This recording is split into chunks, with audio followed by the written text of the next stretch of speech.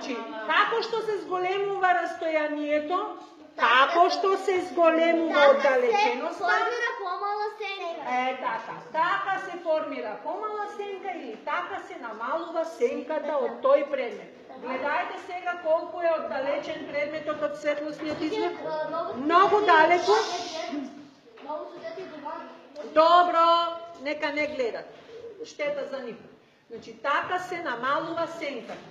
Сега пак ќе го гледаме именувањето на големината на сенката во зависност од оддалеченоста на предметот од подлогата. Што е на нас тука подлога? Што ни служи како подлога? Зидот ни служи како подлога. Значи, гледаме дека предметот е многу блиску до зидот.